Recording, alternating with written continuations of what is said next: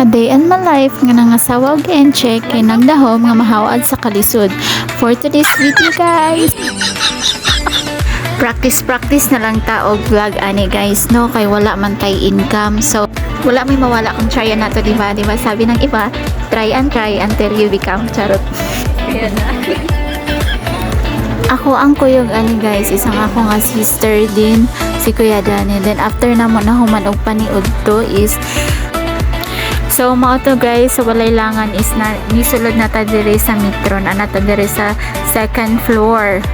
So very nice kayo ang mga baligya dire guys, limpyo kaayo o good quality and madala raman pud ang presyo. So mao na ni guys, pili-pili na taani kay ang mga paliton is stand fan ya.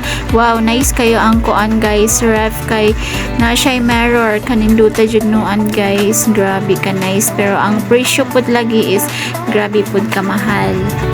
So maano to guys, nakapalit nami og padulong nami uli ani guys. So happy na kay ang person kay nakapalit ni jud ni sa angay namong paliton. Thank you po kay ni Kuya Danny, kay very supportive po siya, ang iyang sakyanan may amo ang gigamit patubang dito. Then mo ni siya guys, ang Bai City guys. Dili lang ko to mga ako nga vlog. Thank you so much for watching. I hope nga inyo akong i-support.